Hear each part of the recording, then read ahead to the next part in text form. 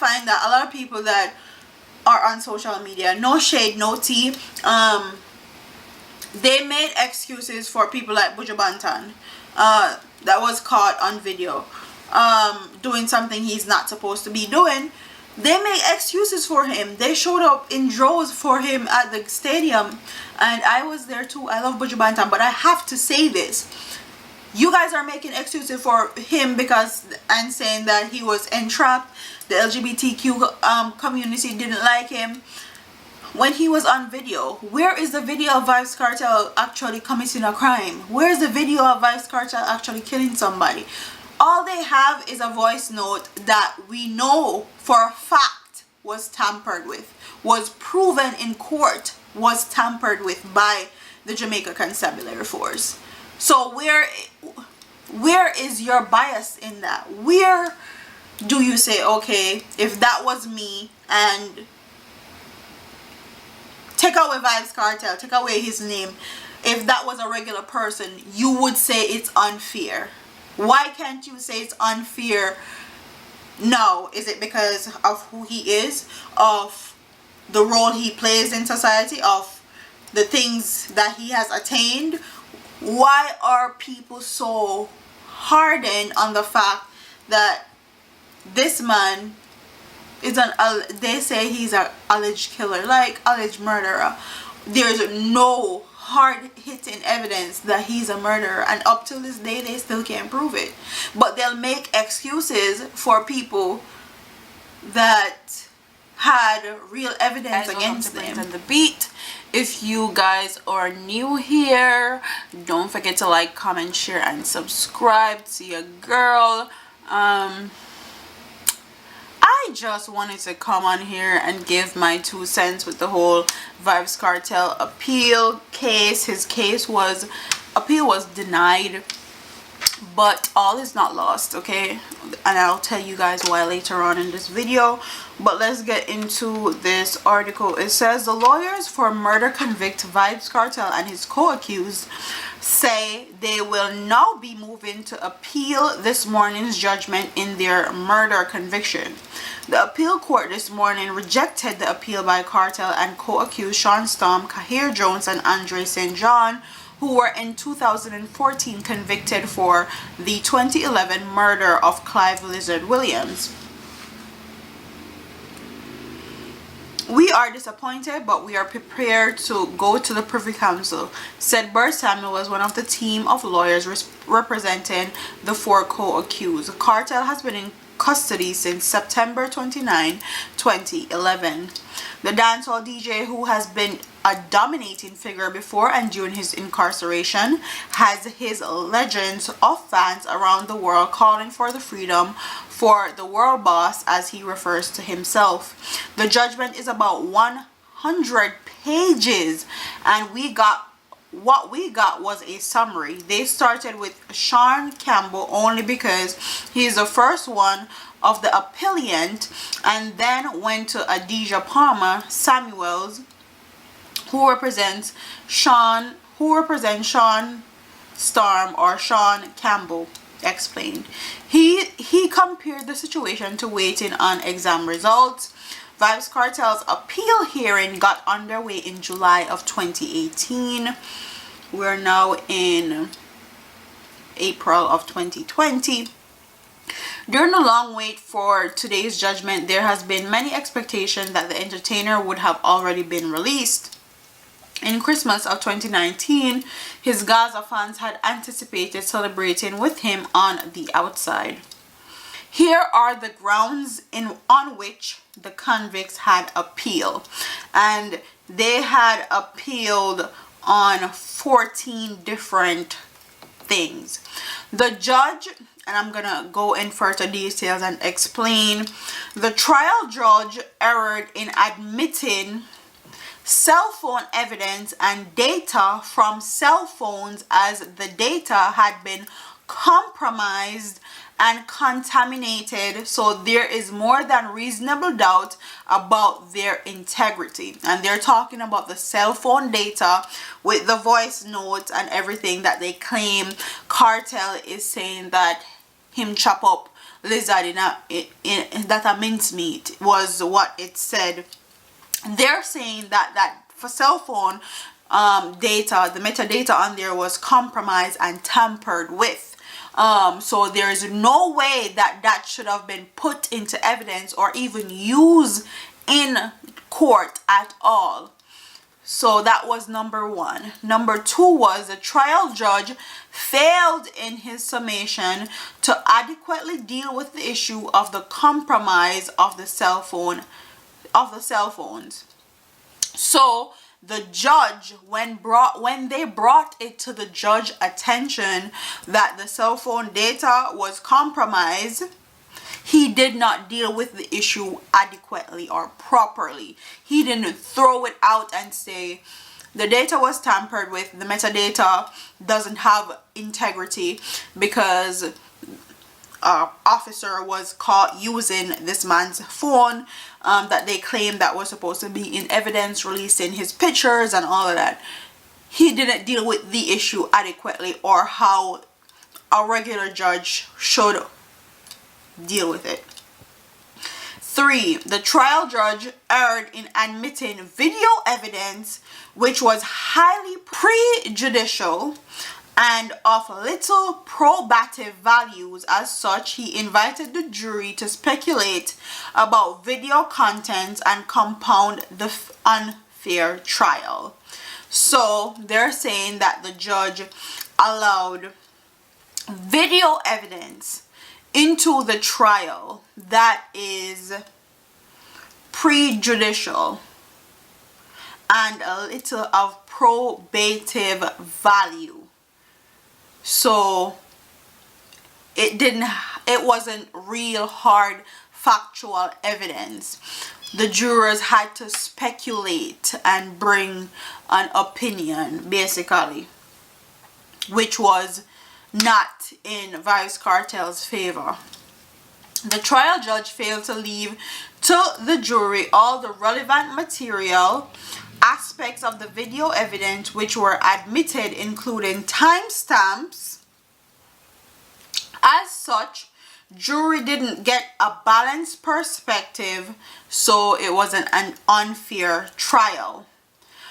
So they didn't allow them to show in court relevant material such as the timestamps that they use. So timestamps on the phone evidence, timestamps which his location pinged and all that.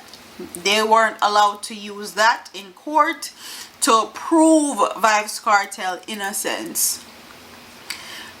The trial judge misdirected himself in comments to the jury about a letter purported written by a key witness for the prosecution, Lamar Chow. Judge comments were unreasonable and capable of suggesting manipulation by counsel. So the comments that the judge made based on a letter by a witness was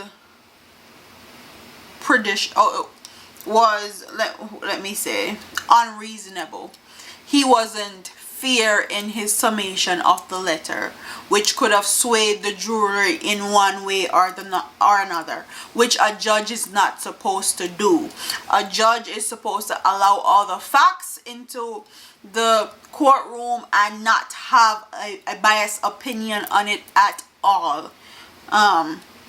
Is what they're saying, and he had a biased opinion and tried to sway the jury a certain way. The trial judge failed to leave the jury full and reasonable direction on the law references. This failure denied jurors appropriate tool to be able to be fair and balanced case assessment. So the trial judge didn't give the jury full and reasonable directions on what the law states in Jamaica. What are the exact law and how you can be convicted of those laws, so that they could make adequate assessment and be fair. The trial judge gave inadequate directions. Read the law of circumstantial evidence, which in the circumstances of this case was a critical misdirection. The trial judge, after months of trial, retired the jury at a time so late in the day as the bring undue pressure on them to arrive at a rush verdict. So didn't close out the case until it was super late, and he wanted a verdict that day, basically. So the jurors were rushed basically to make a decision, and they didn't have adequate time to reason out all the aspects of this case. Trial judge erred in his treatment of unsworn statements of Vybz Kartel and others when he failed to inform jury of possible effects of the statements on consideration of each of their cases.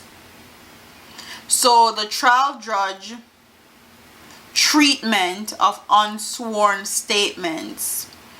So these statements were not sworn in. They weren't done under your hand upon the Bible and you have to come in and take a stand or anything. They were just statements given to further incriminate Vybz Kartel. The trial judge erred at many points in his summation where he made unjustified, unreasonable, improper, prejudicial comments and omissions read different aspects of the case. So this judge was definitely not in favor of Vybz Kartel.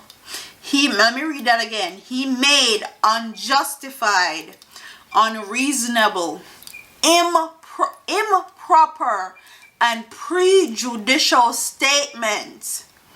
Why is a judge even making statements in court like that anyways? Like, that don't make no sense to me.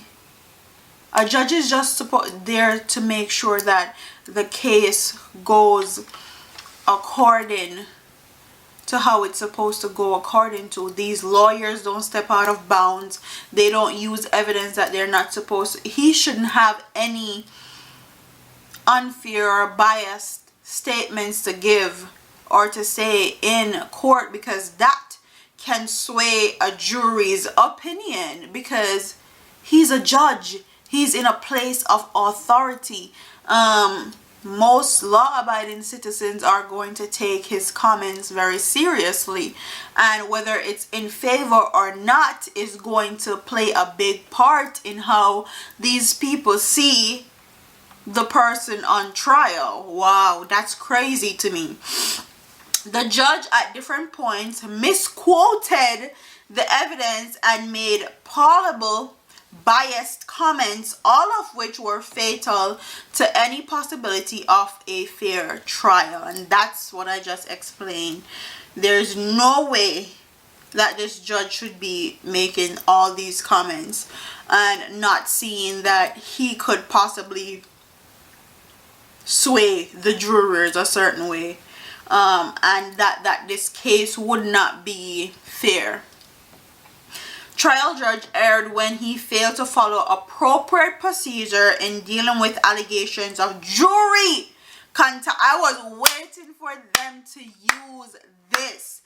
Errors involved breaches of constitution, failing to conduct proper inquiry and take proper legal course. So the jury in Vybz Kartel's case was contaminated. There was someone in that jury that was supposed to be paid off for something, and they found out about it. But when they found out about the contaminated jury, instead of throwing out that whole set of jurors and find new jurors and starting over the trial, which is what they're supposed to do, he continued with the trial still using that contaminated juror, that's unconstitutional. Like, you're breaking the law essentially as a judge. It says errors involve breaches of the Constitution, failing to conduct proper inquiry and take proper legal course. Wow. The sentence is manifest and excessive was another one. And I feel like it's excessive because they can't provide you with factual evidence that Clive Lizard Williams is actually dead. The place that they say that he was allegedly killed, they bulldozed that place so far and scrape up all of the remains and fling away so quick. If that's where he allegedly died, there should be a whole lot of factual evidence there. Fingerprints, blood, all of that. Why did they bulldoze it? Why did they have it destroyed so quickly? Why?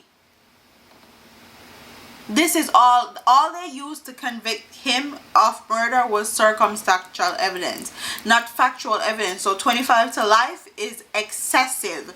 And if you watch like things like First 48 or Live PD, you will understand what I'm saying. Like, this right here is excessive for the evidence that they have and for the things that went wrong in this trial. It's very, very excessive. Given the nature and extent and volume of the publicity regarding the trial, Vybz Kartel and others cannot receive a fair trial in Jamaica. So they're saying, based on who he is as an artist and as an entertainer, anybody in the Jamaican diaspora is going to be biased. Whether they're going to be biased based on what they think he is. Some people might feel him madon. Some people may hate his music. Some people may be of the religion of Christianity and he's someone that does not promote Christianity. They may feel like he is inciting violence, or he promotes violence in his music, or his music is degrading. So anywhere you slice the cake, people may love him. On the other hand, people may love his music. People may think that he's the greatest man alive. He should be freed.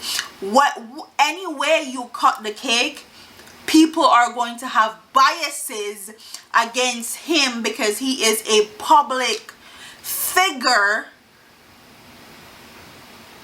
whether it's good bias or bad bias. So he cannot have a fair trial in Jamaica. The only way for this man to have a fair trial is to go to a place where no one knows who he is or knows he's an entertainer, but they're still in his peer group basically.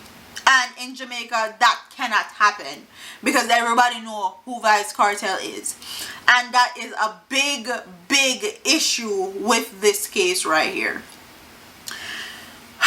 But anyways, the reason why I'm saying that all is not lost with Vybz Kartel Appeal being denied, his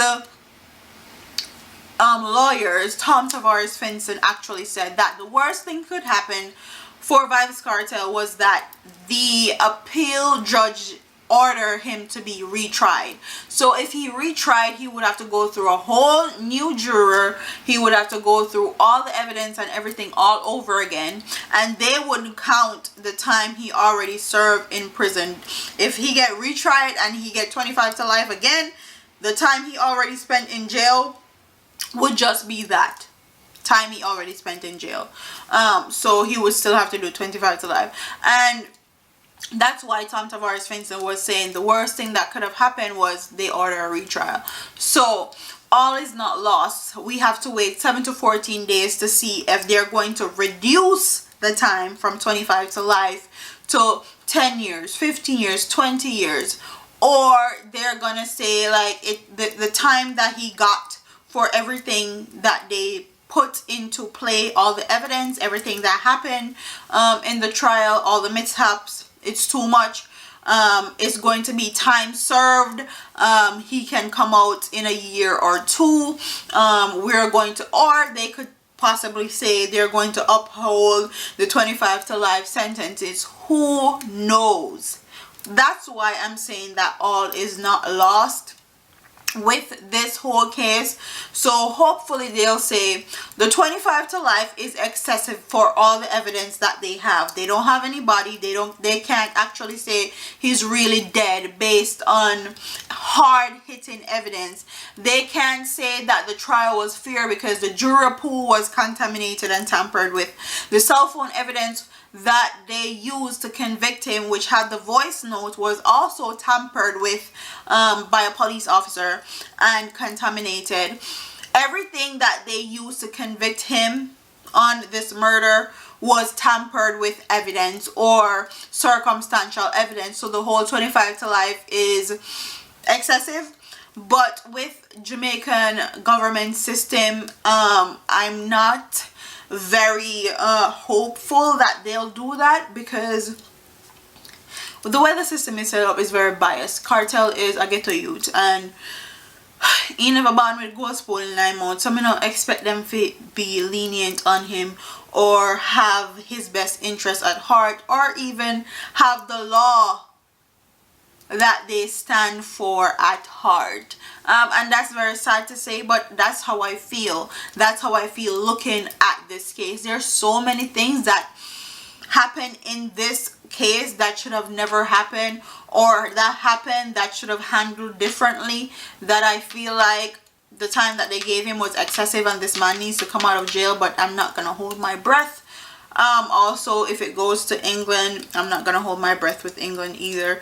I know a lot of people are gonna say I'm not very optimistic, but that's just how I feel, and I can't express something that I don't feel. The way how they view Jamaicans in England and the way how they treated the whole Windrush generation is a telltale sign of how they feel. Not only that, Jamaican